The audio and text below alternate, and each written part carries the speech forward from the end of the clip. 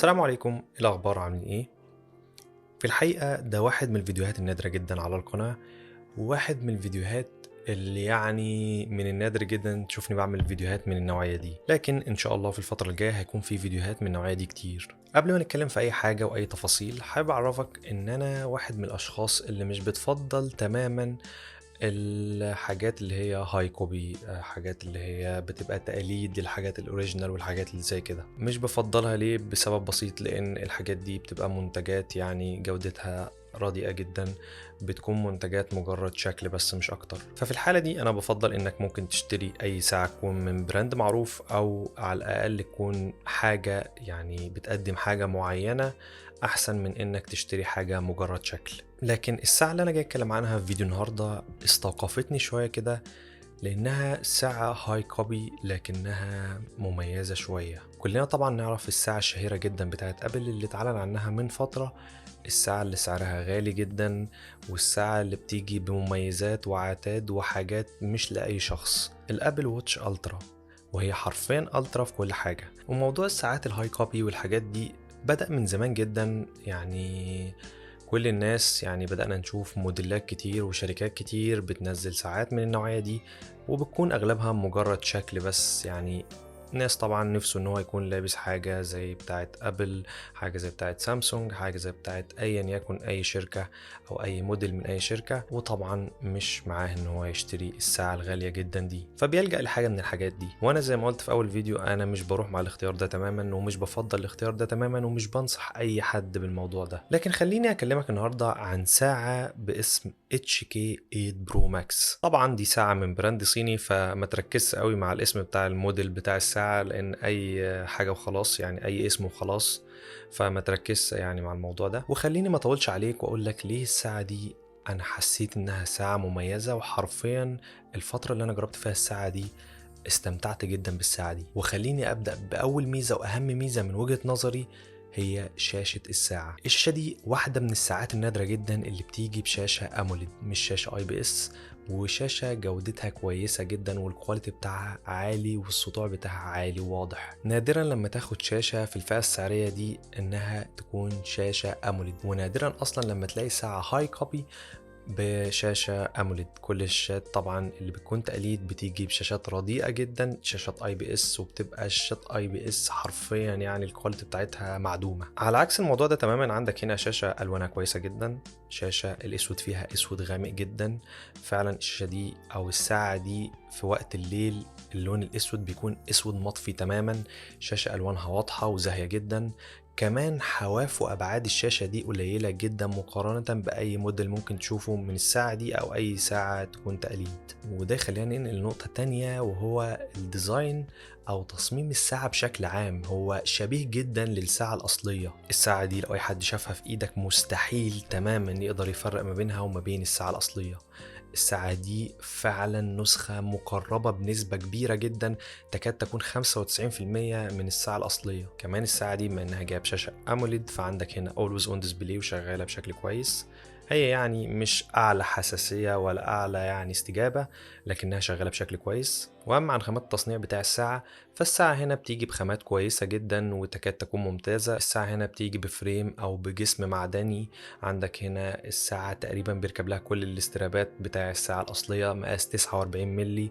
فالساعة دي زي ما قلت قريبة جدا جدا من الساعة الأصلية، وفعلا بتحس بمتانة الساعة أول ما تخرجها من العلبة كده، تحس إن الساعة فعلا متينة ومعدن وكل حاجة من الحاجات دي. لكن طبعا ما أقدرش أقول لك إن الكواليتي والخامات هنا زي الساعة الأصلية، ده يعني ده فرق شاسع هنا في النقطة دي. لكن أنت لو ما جربتش الساعة الأصلية مش هتحس بفرق ومش هتاخد بالك من الموضوع ده، انت هتستمتع بالساعة دي وخلاص. طبعا كالعادة دي ساعة هاي كوبي، لكن هنا كل الأزرار وكل حاجة شغالة. عندك طبعا الكراون المشهور جدا، عندك المايك والزرار الموجود على اليمين اللي ممكن تخصصه بأي حاجة انت عايزها. ومن الشمال بيجي طبعا عندك السماعة أو السبيكر بتاع الساعة، وعندك زرار كمان ممكن تخصصه لأي حاجة انت محتاجها. الكراون هنا كمان مش بيعمل صوت التكتكة أو صوت السكرول ده، الكراون هنا صوته يعتبر معدوم. لكن ممكن تفعل ميزة كده أو حاجة موجودة في الساعة، انك وانت بتسكرول او بتلف الكراون ده يعمل لك كده هابتيك فيدباك لطيف كده ولذيذ. ففي الواقع دي الحاجة اللي تميز الساعة دي جدا.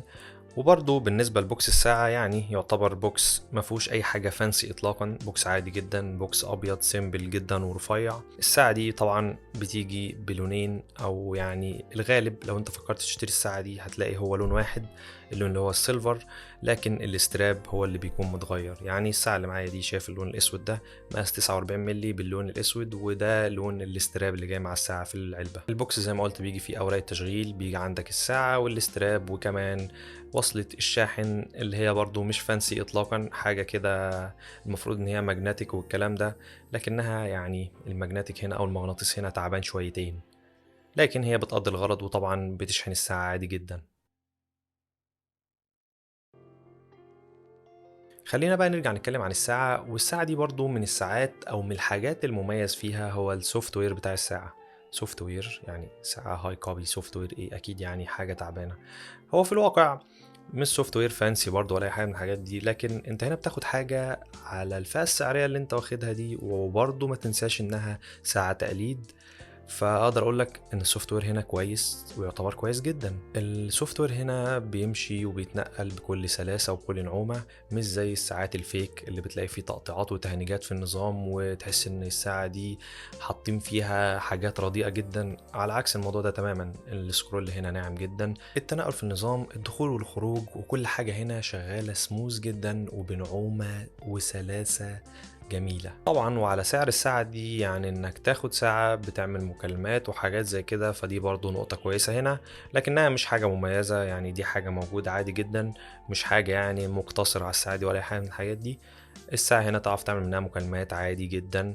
الساعة دي كمان فيها طبعا سنسور لقياس نبضات القلب وشغال بشكل كويس جدا. الساعة دي طبعا بتشتغل للاي او اس والاندرويد، وليها اب بينزل، الاب ده اسمه وير فيت برو. الاب ده عن طريقه بتعرف تغير طبعا الواجهات بتاع الساعة او الشاشات بتاع الساعة، بتعرف تخصص بعض المميزات كده للساعة، لكن يعني مش اب برضو فانسي قوي، يعني حاجات كده ليميتد. وبرضو ما تنساش، انا بفكرك مش عارف المرة الكام، انها ساعة هاي كوبي، ساعة تقليد، فما تخليش سقف طموحاتك يضرب كده جامد وتتوقع ان الساعة دي حاجة يعني هتغنيك عن الساعة الاصلية او حاجة سوبر واو يعني. لكن برضو في النقطة دي ممكن نتكلم هنا ونقول انت احتياجك ايه من ساعة سمارت؟ تمارين رياضية ومتابعة التمارين الرياضية وحساب طبعا الجري والكالوريز والحاجات دي موجود هنا. هتلاقي طبعا ان الاشعارات ويجيلك نوتيفيكيشنز والحاجات دي برضو موجود هنا. هتلاقي طبعا انك ترد على مكالمة او تكنسل مكالمة ويجيلك الاتصال على الساعة، ده برضو موجود هنا. انك تقلب منها لو انت بتسمع ميوزك او اي حاجة، ده برضو موجود هنا. فهتلاقي اغلب المميزات اللي انت ممكن تحتاجها، او موضوع انك تشتري ساعة بسعر معين ده مقتصر على احتياجك انت محتاج ايه من الساعة دي، وقتها هتقرر انت عايز تشتري انهي ساعة وبسعر ايه. الساعة دي السطوع بتاعها واضح جدا تحت أشعة الشمس، والألوان بتاعتها واضحة جدا، مش هتواجه أي مشكلة في استخدامها تحت أشعة الشمس المباشرة. كمان زي ما قلت الساعة دي بتدعم اللغة العربية واللغة الإنجليزية، يعني الإشعارات هتجيلك هنا باللغة العربية بشكل عادي جدا، وهتكون واضحة جدا وهتيجي بشكل عادي. كمان شكل الإشعارات بيجي بشكل ممكن أقول إن هو كويس جدا، وعجبني إن هو شكل فانسي شوية، مش شكل زي أي ساعة تقليد شكل كده وخلاص. الساعة طبعا فيها بعض التطبيقات زي الكالكوليتور، فيها طبعا إنك تظبط منبه والحاجات دي. الحاجات دي طبعا بتبقى موجودة في أي ساعة، ودي حاجة عادية جدا مش محتاجين نطول أو نتكلم عنها، لكن الحاجات دي موجودة عادي جدا. وفي كمان لعبة كده نازلة مع الساعة، يعني حاجة كده إيه، آه مش هقول برضو انها مميزات، دي حاجة عادية. بتعرف تستقبل عليها المكالمات عادي جدا، تعرف ترد او تكنسل على المكالمة، بتعرف تتكلم من الساعة. ايوه الساعة فيها مايك، فيها سبيكر، تعرف تتكلم منها عادي جدا، لكن برضو ما تتوقعش انك حاجة برضو واو او حاجة جامدة جدا. هي بتقضي الغرض طبعا، يعني المكالمات عليها شغالة والطرف التاني هيكون سامعك بشكل كويس، لكن محتاج تقرب الساعة طبعا جامد جدا منك عشان تقدر تسمع الطرف التاني والطرف التاني يسمعك. وبصراحة كواليتي المايك يعني معقولة، يعني مش هقدر اقول انها حاجة كويسة جدا، ومش هقدر اقول انها رديئة، لا كواليتي المايك كويسة لو انت قاعد في مكان هادي.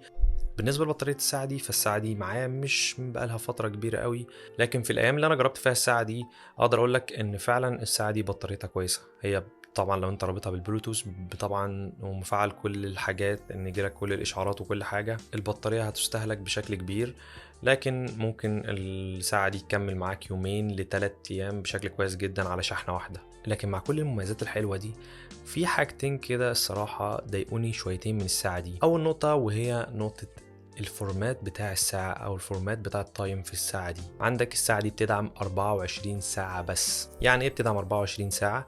يعني الساعة دي المفروض طبعا ان الوقت المتعارف عندنا هنا في مصر انك بتستخدم وقت ال 12 ساعة، ومش في مصر بس يعني، بس انا بتكلم عن هنا في مصر بنستخدم توقيت ال 12 ساعة.